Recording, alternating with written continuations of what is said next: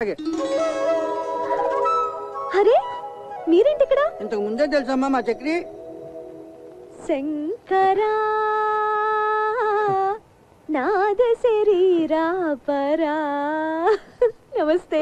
శీఘ్రమేమో పునర్దర్శన ప్రాప్తిరస్తు. Uncle ఏమ్మా? చిన్న request, గెస్ట్ని entertain చేయడానికి తను తీసుకురండి. సరే సరే సరే. నువ్వేంటో, ఆ గొంతేంటో, ఆ పాఠమేంటో, ఆ అమ్మాయి ఆ చెవులు కోసుకుంటావేంటో. అదంతా కేరళ స్పెషల్ బాబాయ్, తర్వాత చెప్తాను. అవును, మీరిద్దరు చెవులు కొరుకున్నారేమిటి? వచ్చిన గెస్ట్లందరినీ నీ గొంతుతో ఎంటర్టైన్మెంట్ చెయ్యాలట. వాళ్ళ నా భగవంతుడే కాపాడాలి. అయితే అలాగే. Ladies and gentlemen, today we have with us a great singer from Andhra Pradesh, and he is going to sing for all of you with his melodious voice. So please give him a big hand. Thank you, thank you. Dear visitors, yes, I'm proud that I'm from Andhra Pradesh, a rich land with various culture and fine arts. The one I'm presenting you is called Prakriya, the mode which is only used in Telugu language, called Padya Rachana. As stanza frame with strict meters is unique. The one I'm going to present to you is the prayer to the snake king. The poet has written in such a way that actually you can feel the hissing of the snake. Please hear and enjoy. बहुवन पादपाभिकुल पर्वत पूर्ण सरस्वती सहित महामहीभर मजस्र सहस्र फणालिदाल्ची दुस्सहतर मूर्ति किंजलधिसायिकी bike सेय्ययेन అయ్యహిపతి దుష్కృతాంతకుడనంతుడు మాకు ప్రసన్నుడయ్యడు.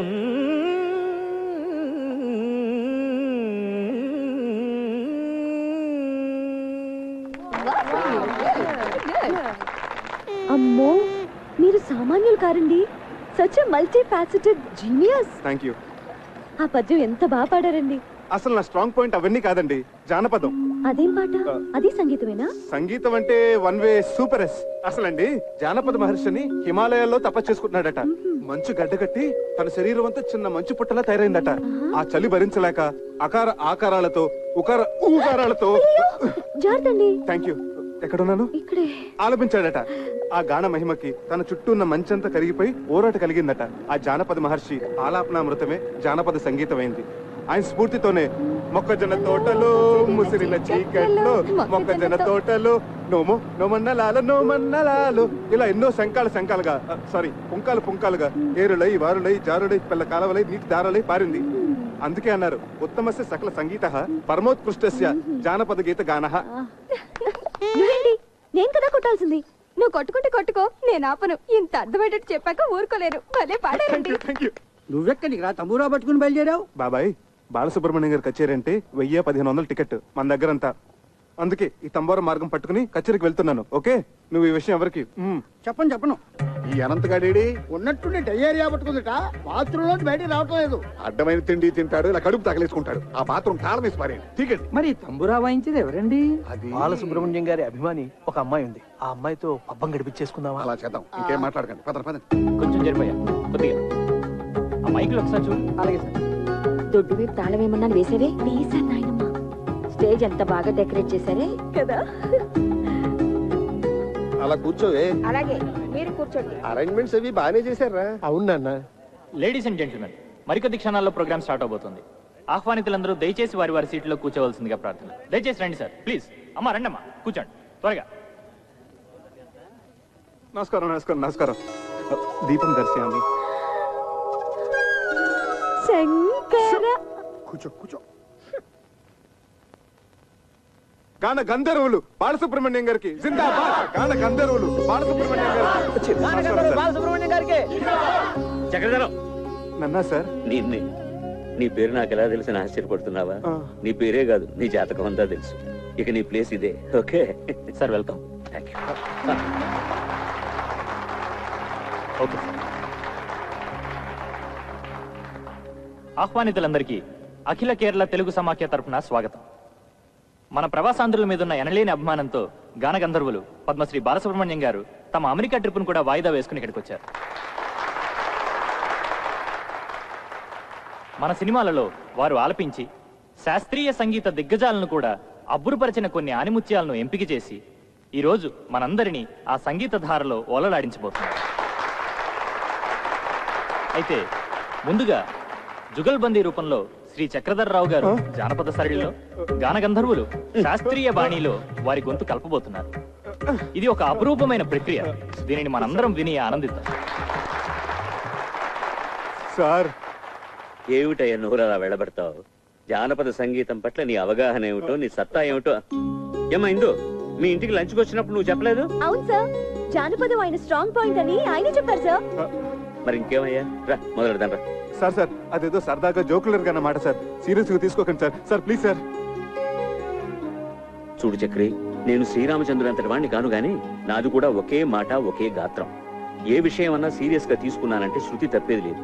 నీ శృతితో చెప్పవయ్యా, నేను adjust అవుతాను. ఏమయ్యా? సార్ సార్ సార్ నాకు శృతికి ఆంధ్రాకి కేరళకు ఉన్నంత దూరం సార్.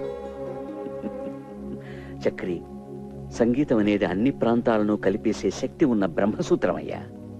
ఈ అపశృతులనేవి మనుషుల మనస్తత్వాల్లో ఉంది గాని దేవుడిచ్చిన కంఠాల్లో లేవయ్యా. అందరూ వెయిట్ చేస్తున్నారు, రా. ఏమ్మా?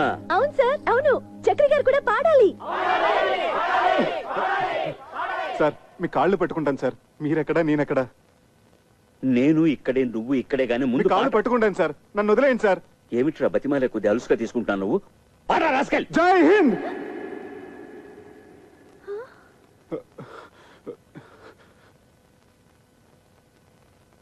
నేను పాడిన దానికంటే నువ్వు వాయిస్తుంటే పాట ఇంకా బాగుందనిపిస్తోంది. అదేం కాదు, స్టేజ్ మీద మీ పాట విని నా ఫ్రెండ్స్ అందరూ మీకు పిచ్చిగా ఫ్యాన్స్ అయిపోయారు తెలుసా. నీ ఫ్రెండ్స్ అందరూ అంటే నువ్వు కాదా? ఏమో, కొంచెం కొంచెం అయిపోయానేమో.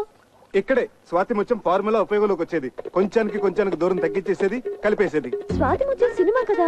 అక్కడే ఉంది విషయం. స్వాతి ముత్యం సినిమాలో కమలాసన్ తన ఉద్యోగం సంపాదించుకోవడానికి కోసం సోమయాజులు గారిని ఊపిరాడకుండా వెంటపడి నష్టపెట్టాడు కదా. చివరికి విజయం సాధించాడే లేదా? అలాగే కానీ ఇప్పుడు నేనేం చేయాలి? ఇప్పుడు నువ్వు సోమయాజులు గారి పాత్ర, ఓకే? నేను కమల్ హాసన్ గారి పాత్ర, ఓకే? అక్కడ పాయింట్ ఉద్యోగం, ఇక్కడ పాయింట్ ప్రేమ. అంటే నేను మనిద్దరు ప్రేమించుకుంటే ఎలా ఉంటుందని నేను ఊపిరాడకుండా చేస్తాను, ఓకే? మనిద్దరం ప్రేమించుకుంటే ఎలా ఉంటుంది? ముందు చాపతీవా. ఇప్పుడు నేనేమనాలి? మొట్టమొదటి సీన్ కదా, అందుకని అలాగే చూద్దాం అనాలి. ఉత్తుతున్నాయి కాదు, నిజంగా అనాలి. ఏది అను? ముందు నువ్వు అను. మనిద్దరం ప్రేమించుకుంటే ఎలా ఉంటుంది? అలాగే చూద్దాం.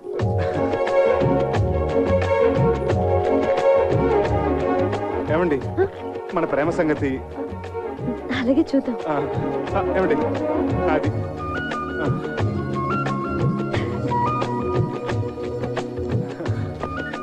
మన ప్రేమ సంగతి. My bill. నా బిల్ ప్లీజ్.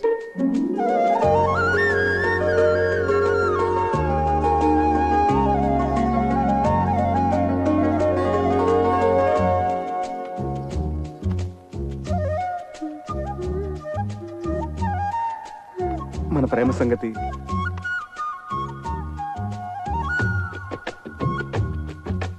మన ప్రేమ సంగతి. అబ్బా,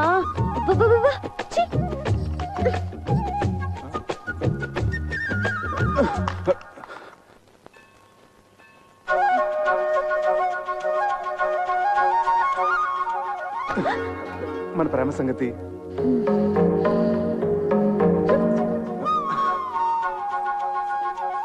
మన ప్రేమ సంగతి. ఏమండి, అలాగే చూద్దాం అన్న ఒక్క మాటకి ఇలా నన్ను పీకి పాకం పెడితే ఏమైనా బాగుంటుందా చెప్పండి? Please tell me. అసలు ప్రేమ అంటే టూత్ పేస్టో పెప్పర్మెంట్ బిల్డో కాదండి. కొన్ని చేతిలో పెట్టడానికి మనసులోంచి దానంతట అదే పైకి రావాలి. ఆ భావన నాలో కలిగినప్పుడు నేనే పిలిచి చెప్తాను. అంతవరకు నన్ను విసిగించకండి please. Leave me alone.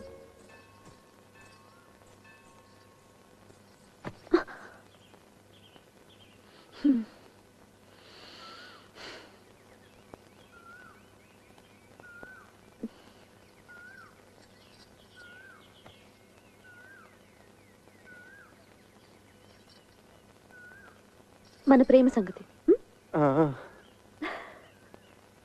Sorry, ഞാൻ പിന്നെ വിളിക്കാം. నాయనా చక్రధర్రావు, మా అమ్మాయి మౌనం వెనుకున్న అంతరార్థం, చూపుల్లో ఉన్న ఆంతర్యం తెలుసుకోగలిగావంటే నువ్వు భావుకుడివే. థ్యాంక్స్ అండి. భావుకుడే కాదన్నయ్యా, చొరవున్న ప్రేమికుడు కూడా.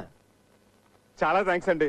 మీ తల మీద ఉన్న పంటని ఊడ్చేశారు, లోపల ఉన్న సున్నిత బావులు కూడా ఊడ్చేశారు అనుకున్నాను. పర్వాలేదు, మీకు హృదయం ఉంది. మంచి మనుషులే. Keep it up. అమ్మా నేను అలా బజార్కి వెళ్ళి వస్తావురా. ఎవర్రా ఈ అబ్బాయి? మీ మనవరాలు ప్రేమించే చిరంజీవినమ్మా, ఆశీర్వదించండి. వచ్చేటప్పుడు నీకేమైనా తీసుకురానా? మంచి కరిమేం తీసుకురండి తాతయ్య, బాగుంటుంది. మా అన్నయ్య నిన్ను పిలిచి సమావేశపరిచాడంటే ఎందుకు తెలుసా? పని పాట లేక ఊసిపోక తా చెడ్డ కోతి వనంతో చెరిచిందని చెప్పండి. చెప్పండి, నాకు చాలా పనులు ఉన్నాయి. చాలా మంచి ఉపమానమే. పెద్దలంటే గౌరవం ఉంది, ఉండాలి కదండి. ఎంత చెడ్డ కాబోయే మామ ఉపమామలు కదా. బంధుత్వాలు కల్పేస్తున్నావు. అసలు నీ ముందు వెనుకలేమిటో, ఆస్తిపాస్తులేమిటో మేము తెలుసుకోవాలి కదా. చూడండి అత్తగారు, నా వెనకంటారా నా వీపు తప్ప నాకేమీ లేదు, ముందంటారా పుత్తడి బొమ్మలు అంటే మీ హిందూ ఉంది, లక్షాధికారులు మీరున్నారు, ఉన్నది ఒకతే కూతురు కదా. ఇక నాకంటూ ఆస్తి ఉంటే ఎంత, లేకపోతే ఎంత చెప్పండి. ఈ అబ్బాయి మన ఇందుకి సరైన వాడే అంటావా? ఏమో, చాలా లేకిగా కనిపిస్తున్నాడు. సరేనయ్యా, నీకు 1,00,000 రూపాయలు చేతులు పెడితే ఖర్చు పెట్టేస్తావా? లేకపోతే బ్యాంకులో ఫిక్స్డ్ డిపాజిట్ లో వేసుకుంటావా? ఏం సిల్లీ క్వశ్చన్ అండి ఇది. చిన్నపిల్లడికి ఐస్ క్రీమ్ ఇచ్చి ఇది తింటావా ఫ్రిడ్జ్ లో దాచుకుంటావా నాన్న అంటే ఏమంటాడు? 3 నిమిషాల్లో నాకేసి ఆ ఇంగిల్ కప్పు బయటపడేస్తాడు. మీరేమంటారు పిన్నత్త గారు? అయితే నువ్వు 1,00,000 హారత కర్పూరంలో చేసేస్తావా? ఏం అర్థం చేసుకున్నారు పొడుగత్త గారు?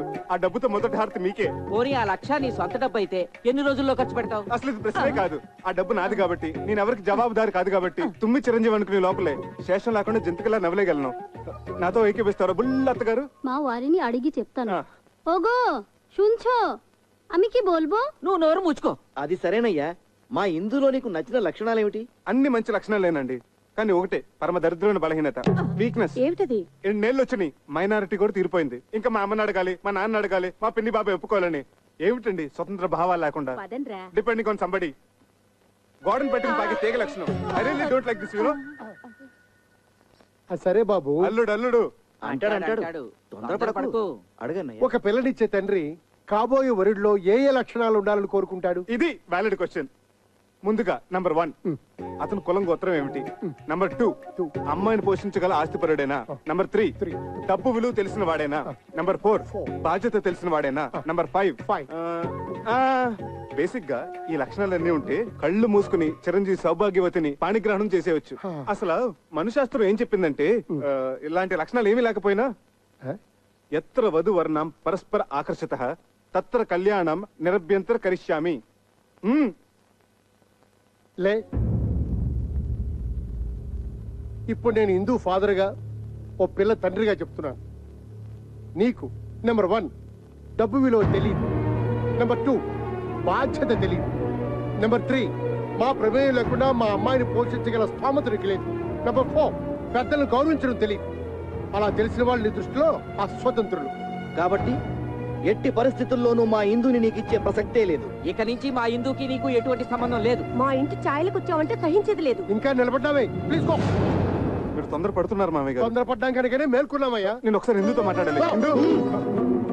హిందూ క్షేమాన్ని కాంక్షించేది మేము, మా నిర్ణయాన్ని మన్నించేది హిందూ. ఇంతటితో నీ ప్రేమ కథ కంచికెళ్ళింది, నువ్వు ఇంటికెళ్ళు. వెళ్ళవయ్యా, వెళ్ళవయ్యా. వెళ్ళ.